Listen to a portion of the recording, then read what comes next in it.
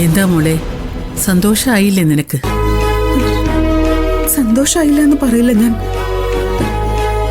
പക്ഷെ ഇതിനുള്ള അർഹത എനിക്കുണ്ടോന്ന് എനിക്കറിയില്ല ഭൈരവിയമ്മ. അതൊക്കെ തീരുമാനിക്കുന്നത് ഞാനാണ്. ഇപ്പൊ ഈ കുടുംബത്തിൽ ഈ മരതകമാല കഴുത്തിലണിയാനുള്ള യോഗ്യത എന്തുകൊണ്ടും നിനക്കാണ് കുട്ടി.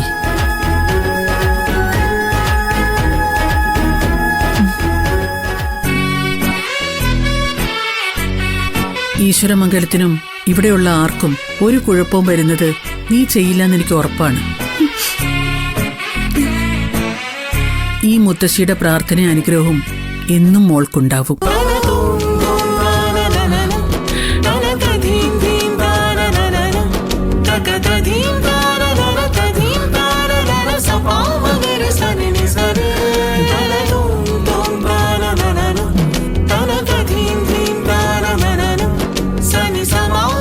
ഭൈരവിയമ്മേ, ഈ കാണിച്ചത് മഹാചതിയായിപ്പോയി.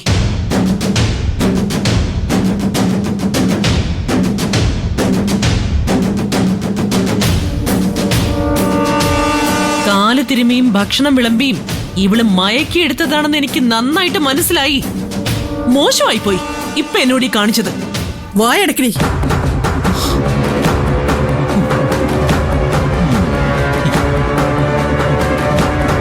പറയിപ്പിക്കരുത് എന്നെ കൊണ്ട്, കേട്ടല്ലോ?